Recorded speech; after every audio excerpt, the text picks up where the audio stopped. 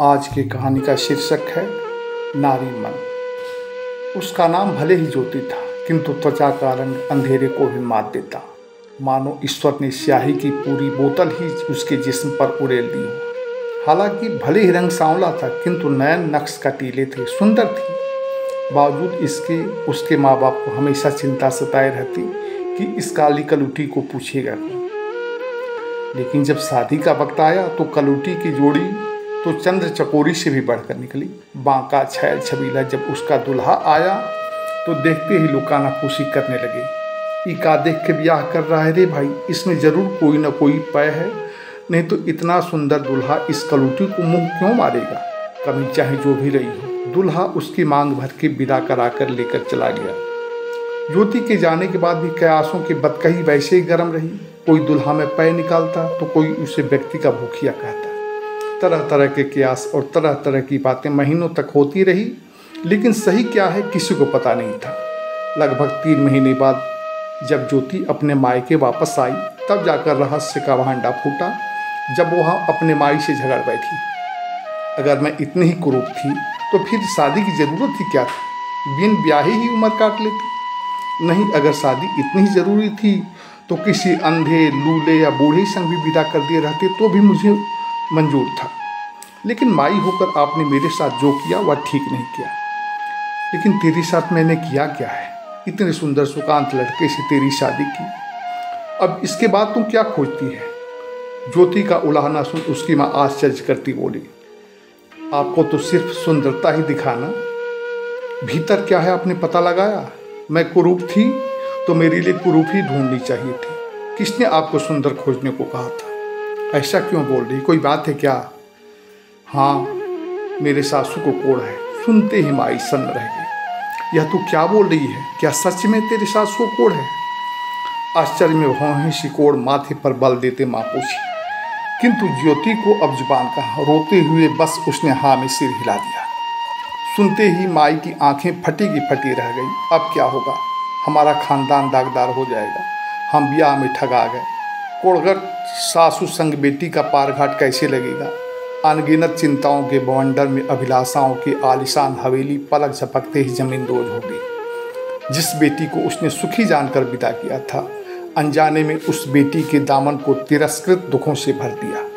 इस हार के हताशा में दोनों माई बेटी घंटों तक आंसू बहाते रहे। अब क्या हो कि उत्तर के तलाश में माई बाप दोनों की रात की नींद और दिन का चैन हराम हो चला था। अकस्मात पलटीबाजी के हताशे में अगुआ पछुआ भी जलील किए गए। फिर भी तरह तरह की चिंता और तरह तरह के विकल्प में दोनों मियाँ बीबी हमेशा खुसुर फुसुर लगाए रहते, कभी कुछ तो कभी कुछ। काफ़ी सोच विचार के बाद अंततः दोनों ने फैसला लिया कि ज्योति की दूसरी शादी करेंगे, उसे उस कोढ़कर खानदान में विदा नहीं करेंगे। ज्योति के आने के लगभग 15 रोज बाद उसका पति झूलन ससुराल आया था, लेकिन उसे घर में घुसने भी नहीं दिया गया। ज्योति का एक झलक पाने को लालायित वह दरवाजे की तरफ निहारता रहा, किंतु ज्योति भी बाहर नहीं निकली। वह भी पलाने की फांक से कनखी झूलन को निहारती अनगिनत प्रश्नों के अग्नि में जलती रही कि उसके साथ धोखा क्यों किया। जहाँ जिंदगी का सवाल था, वहाँ कमियों पर पर्दा क्यों डाला। तेरे झूठ से ही मेरी जिंदगी भी अधर में लटकी है। यह सत्य है कि तेरी सानिध्यता के पल मेरे लिए अविस्मरणीय है, किंतु उन यादों में तुझे भी जलाना मेरे दिल का सुकून है। नफरतों में जलती ज्योति ने झूलन पर दुर्वचनों के बौछार को भी सही पाया था। थोड़ा बहुत हो हल्ला भी हुआ, किंतु ज्योति के बाबूजी ने स्पष्ट बोल दिया कि यह शादी धोखा थी, इसलिए उससे सारे रिश्ते खत्म। दहेज में जो सामान दिया था उसे वापस कर दो और तुम जो दिए थे उसे ले जाओ, लेकिन अब भूल के भी इधर मत आना। बेचारा झूलन मायूस होकर वापस चला गया। उसके बाद तो भीतर ही भीतर दूसरा घर पर भी ढूंढा जाने लगा। अरमान बस यही कि कोढ़ी के घर विदा करने से अच्छा है कि किसी अर्धा मर्दा संग उसे लगा दिया जाए। ज्योति को भी यह बात पता चली कि उसकी दूसरी शादी होगी, किंतु दूसरी शादी उसे सुखद सपनों से विहीन जान पड़ी। क्या दूसरी शादी नारी की समस्याओं का अंत है। फिर समस्या हर स्थिति में नारी की सम्मुख ही क्यों आती। असल में शरीर तो सिर्फ साधन है, यथार्थ में मिलन तो 2 आत्माओं की होती। फिर शारीरिक विपन्नता आत्माओं के विक्षोभ का कारण क्यों। तरह तरह के प्रश्नों से वह बेजार होने लगी। आखिर खोजी को राम भी मिलते हैं, यह कहावत चरितार्थ हुई। संध्या का समय था, सूरज छिपने से बस कुछ कदम ही दूर था। ज्योति के बाबूजी सारा दिन के भाग दौड़ के बाद थके से आकर चारपाई पर पसरे थे और वहीं उनके गुंतारी बैठी माँ उन्हें बेना डुलाती फुसुर फुसुर करते बतिया रही थी। दोनों के चेहरों पर संतोष भावित खुशी परिलक्षित थी, जैसे वर्षों से उनकी कोई साधना सफल हुई हो। बाबूजी कह रहे थे, धन बीत की उसे भी कोई कमी नहीं है, इसमें तो यह झूलन से भी आगे है। बस कमी है तो बेकत की, दुआ है तो क्या हुआ। सुंदर सुकांत और धनी है, छोटे छोटे 2 बच्चे हैं उसकी, उन्हें माँ का प्यार देना है। बस कुछ दिन की बात है, बच्चे जब माँ का प्यार पाएंगे तो इसे ही माई समझ लेंगे, फिर सब कुछ ठीक हो जाएगा। दीवार के ओट से बाबूजी की बात सुनती हुई ज्योति सन्न रह गई। मतलब उसकी दूसरी शादी तय हो गई। इस एहसास से ही वह कांप गई। अकस्मात एक नारी का कोमल नारित्व जागृत हो उठा। आखिर यह पुरुष शब्द भगवान का ही तो पर्यायवाची है, जो प्रकृति स्वरूपा नारी के नारित्व रूपी वीणा के तार को झंकृत करता। वह प्रथम एहसास जब उसका भगवान झूलन उसके नारित्व को जगाया था।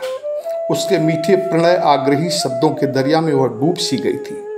उंगलियों के कोमल स्पर्श से उसने बेजान तारों में मधुर तरंगों की संगीत उत्पन्न की थी।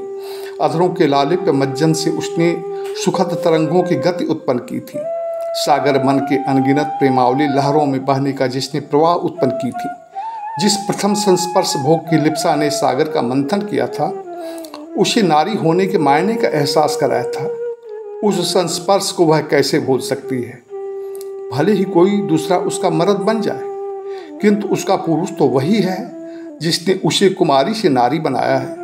उसका पुरुष तो वही है जिसने उसकी कुरूपता को भी स्थान दिया। नारी तो निश्चल निर्विकार प्रेम की प्रतिमूर्ति होती। सिर्फ एक कमी के लिए पुरुष का त्याग नारी की तुच्छता ही तो कहलाएगी, वह कलंकिनी कहलाएगी। आत्म उत्सर्ग की भावना ही तो नारित्व है। पुरुष के अवगुण पर नारी का टूटना नारित्व का अपमान है। आत्मबोध ने ईर्ष्या पर अनुराग को विजय दिलाना शुरू कर दिया।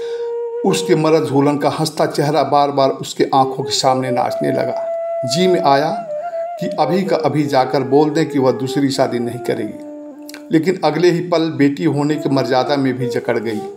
उस दिन से तो ज्योति के लिए नैहर में समय गुजारना भी दुश्वार हो गया था। सदा झूलन की यादों में ही खोई रहती। अगर वह दूसरे जगह चली जाए तो झूलन की क्या स्थिति होगी, उसकी कल्पना पर ही कांप जाती। उसे वह कितना प्यार करता है, महसूस कर झूलन के प्रति उसके हृदय में अपार प्यार उमड़ पड़ता और उसमें गोते लगाते आंखें छलछला जाती। फिर तो कैसे होगा और क्या होगा कि अनुत्तरित प्रश्न का जवाब खोजते रात गुजरती।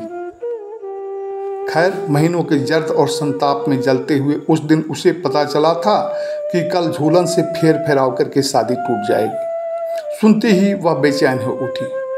रात को भोजन करने बैठी, लेकिन उसे लगा जैसे उसका मर्द आकर उससे कह रहा है कि दूसरे जगह जा रही हूँ, अब किसके साथ बैठकर मैं भोजन करूँगा।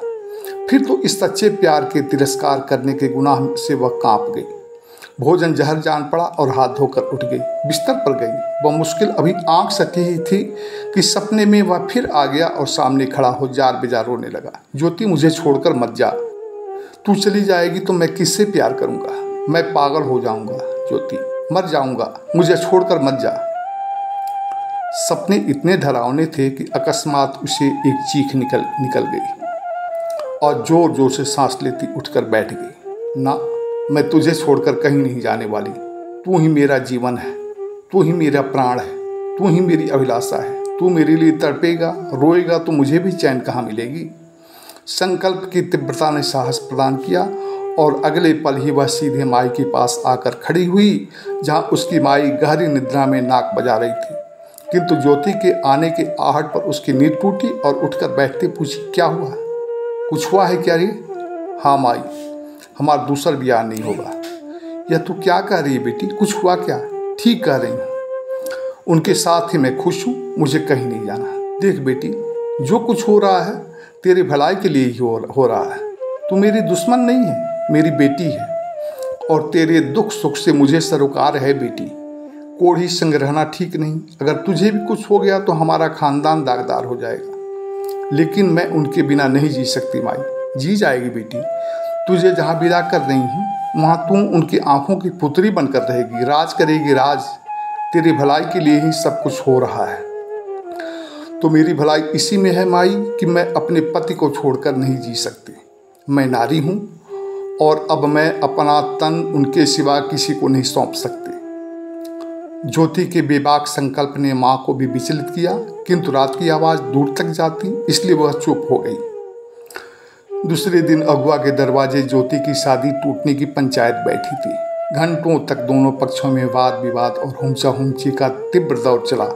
सामान वापसी के लिए दान दहेज और गहना बिखों का लिस्ट भी बन रहा था। झूलन भी उस पंचायत में मन मारे बैठा काफ़ी दुखी था, तो इधर ज्योति भी इसे रोकने का तरीका खोजने में बेचैन थी। लेकिन कोई रास्ता ना सूझने की व्यवस्था ने उसे आंदोलित किया।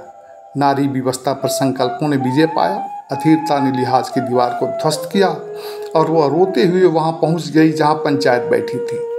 उसे देखते ही उसका पति झूलन उसके पास आया और आते ही आंखों में आंसू लिए कहने लगा, हमें छोड़कर चली जाएगी ज्योति? ना, आपको छोड़कर कहीं नहीं जाऊंगी। चलो अब हम घर चलें। तो जाओ, तैयार होकर आओ। ना, कुछ तैयार नहीं होना है, हमें अपने घर जाकर तैयार होंगी। कहते हुए ज्योति उसी समय पति का हाथ थामे निकल गई। सारे पंच तमाशा देखते रह गए।